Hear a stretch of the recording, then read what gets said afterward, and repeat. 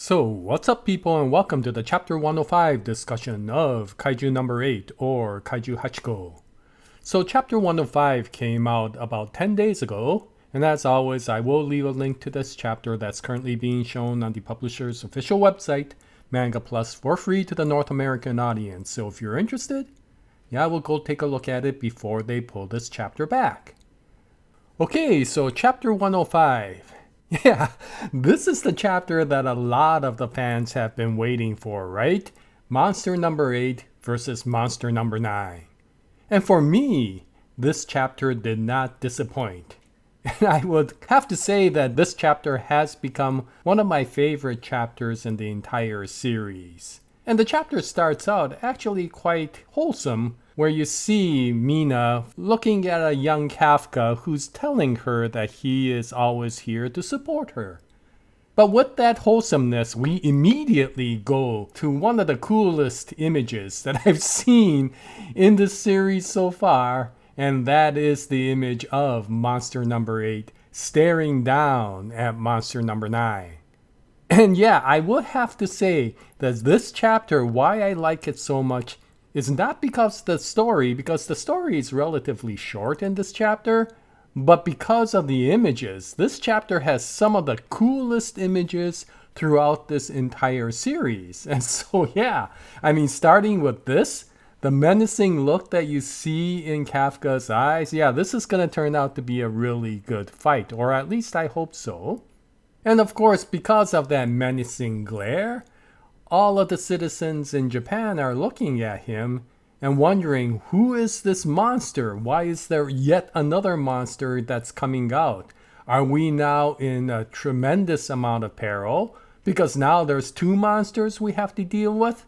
And the entire country was going to go into a tremendous amount of panic when all of a sudden this one young girl goes, "Hey, it's Oji-san," right? Or it's called Gramps here, but typically it would be uncle, right? Oji-san would be uncle.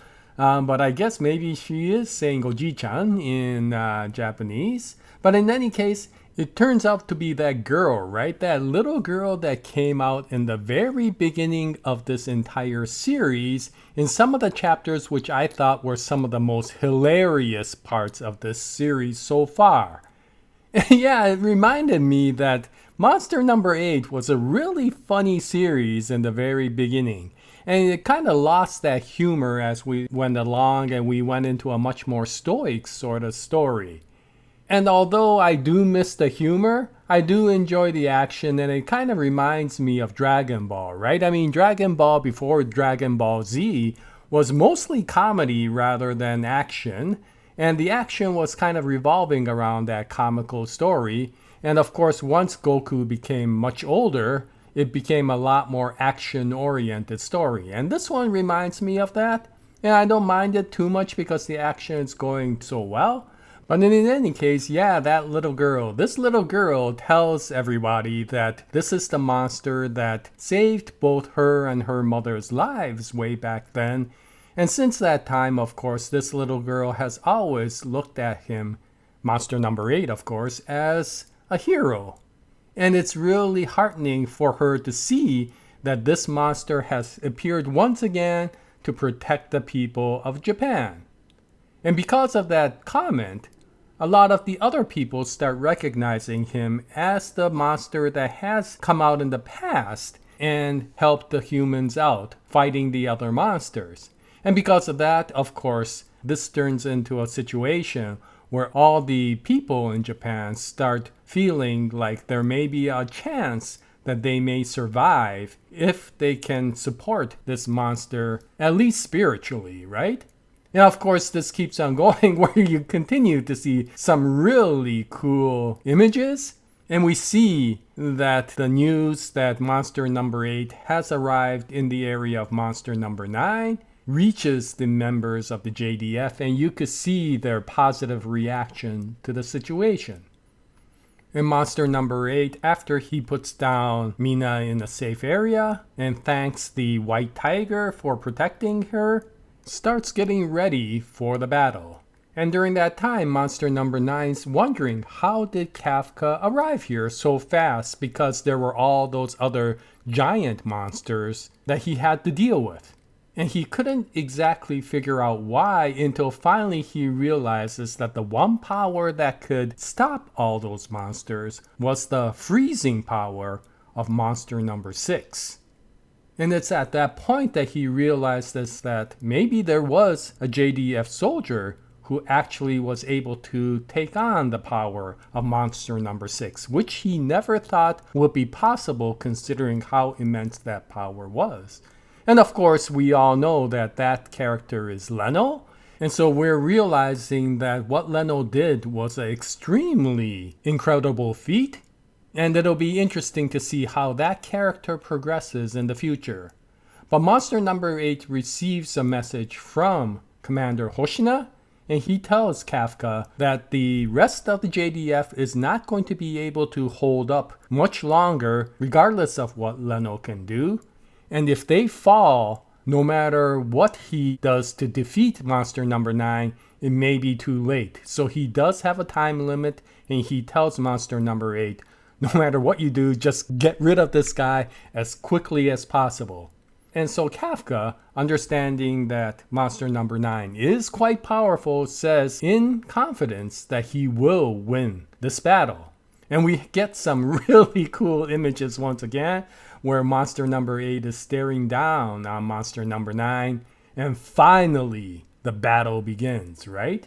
And at that time we realize that monster number 9 has powered up quite a bit, because he's standing toe-to-toe with monster number 8. And considering how powerful 8 is, and how monster number 9 was always about deception rather than power, the fact that he's able to stand up toe-to-toe with monster number 8 is pretty incredible.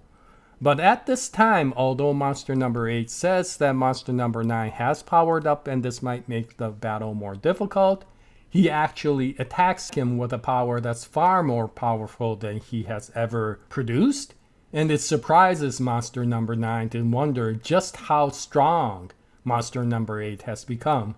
But this isn't about strength. This is about how he's using the strength now. If you recall, Kafka didn't strengthen his power while being in monster number 8. He learned how to fight in his human form. And that martial arts has now been introduced to his power with monster number 8. And when you augment his new fighting skills with the sheer power that monster number 8 has, he can now use that power far more efficiently than he has before. And so monster number 9 is mistaken. It's not that monster number 8 has become more powerful, it's that Kafka has become a better fighter. And it'll be interesting to see how he utilizes his newfound martial arts skills against monster number 9, because we know that monster number 9 has not shown all of his cards yet, right? Monster number 9 is always full of surprises, and probably there is going to be something that comes up. So yeah, it'll be interesting to see how this goes along. Monster number 8 is now using Commander Shinomiya's techniques. And so with that together, it'll be interesting to see how the next chapter comes along. And once that comes out, I'll bring out another video and hope you join me at that time. But this is the chapter 105 discussion for Kaiju Hachiko, or Kaiju number 8. If you read it, what'd you think about it? Did you find it as exciting as I did?